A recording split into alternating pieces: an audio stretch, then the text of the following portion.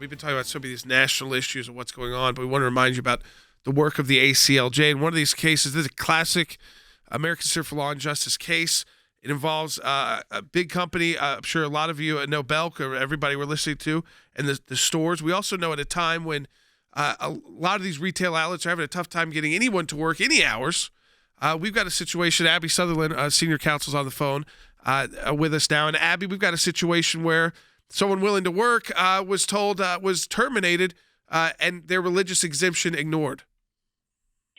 That's right. She wasn't just terminated. She was actually retaliated against. And then they accused her falsely of falsifying company documents because they did not like the letter that her pastor had submitted in support of her request for religious exemption.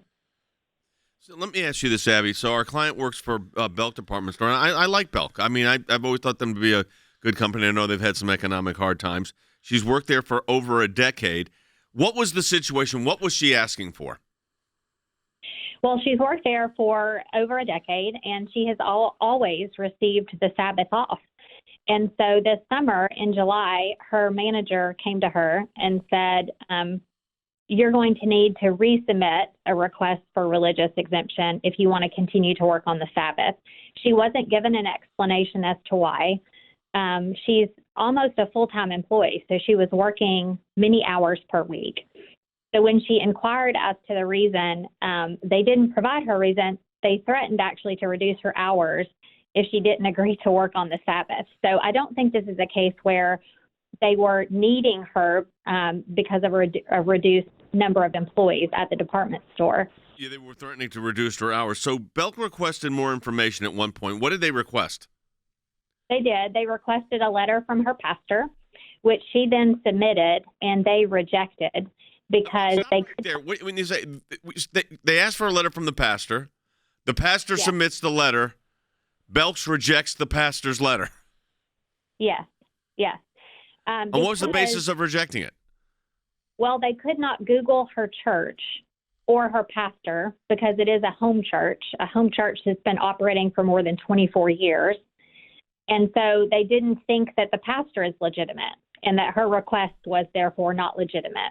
So the department store chain is deciding whose pastors are legitimate, what home churches may not be legitimate. I mean, are they going to do a denominational check next? I mean, this is absurd.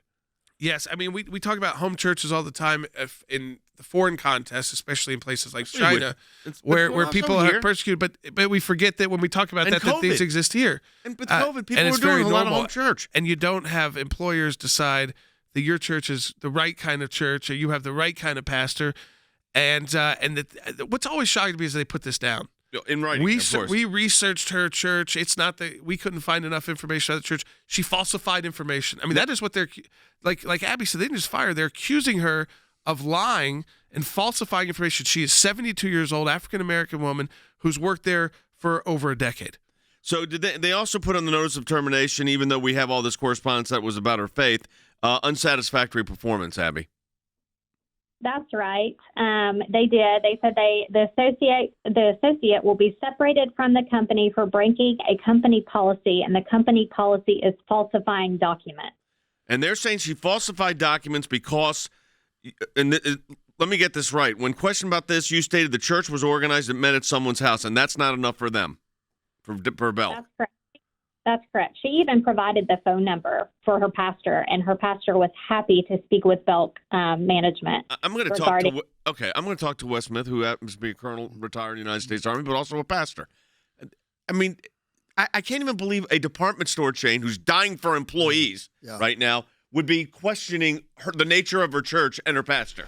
I dealt with these kinds of issues frequently in my 26 years in the Army. Right. Religious convictions that somehow or another it affects your duty.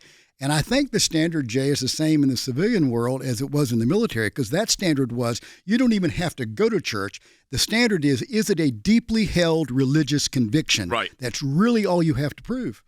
Yeah, and also the requirement is that they make a reasonable accommodation. So what's the status of the case right now, Abby?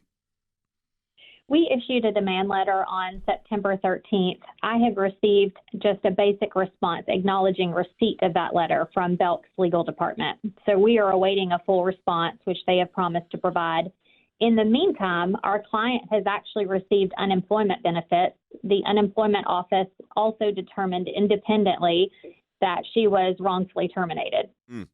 So, Andy, you're looking at the demand letter here. What do you think's going to happen here? Well, I think it's an outrage on the part of Belk because, I think of the early Christian church. I'm a historian of early church history. I mean, the early Christians did not meet in organized churches. They met in catacombs under the streets of Rome secretly. Their pastors went incognito because they would be persecuted if they said that they were Christians. And they were terminated literally if they were found out to be Christians, okay? And here is a woman who goes to a church and a house. What's wrong with that? Any place where three or two or more are gathered in my name, I am there, Christ said. So he is there among them. Christ is in our midst. He is and was and ever shall be. And because the pastor did not appear on Google, on the internet, you say that he can't be a pastor and you can't be a church and you can't hold a deeply held religious belief. This is something that the ACLJ is going to fight on her behalf very vehemently. We've issued this letter. I've read it. I think it's a violation of her Title VII rights. It's a violation of her constitutional rights to religion, and this is a horrible thing that Belk is doing. I mean, it's shocking that right now, when we know that people can't get work, they're saying basically name your hours at businesses like they're this. dying for employees. And so, as someone who's worked a decade there, her religion's not good enough. Yeah, even though working for a there decade, for 10 no years. issue. All right, so let me ask you this. I don't want to ask. Well, what's the next move? We got the letter. We wait for the response. If they don't respond, file with the EEOC. Yes, we have 60 days to file with the EOC, and then, as you know, they can determine whether they want to take the issue on or whether they want to issue a right to sue letter to us. If they issue the right to sue letter, folks, that means we can bring a lawsuit on her behalf. And then if the EEOC takes up the case, that would be a very different story. All right, Abby, we appreciate it. Thanks for the update on that.